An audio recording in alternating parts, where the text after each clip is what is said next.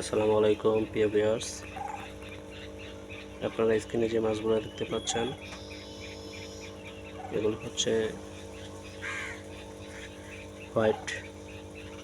White molly,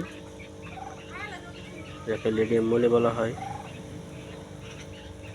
এবং এখানে কিছু জেব্রা ডেনিংয়ের বাচ্চা বেবি ছেড়ে রাখছে, গ্রিন জেব্রা। এখন খাবার দিচ্ছে, তারা কি স্বচ্ছন্দভাবে খাচ্ছে।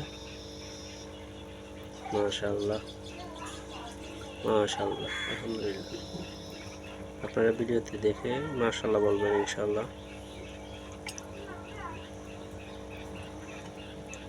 দেখুন এখানে কি পরিমাণে বাচ্চা বেবি ঘুরতেছে খাবার খাওয়ার জন্য। মাশাআল্লাহ।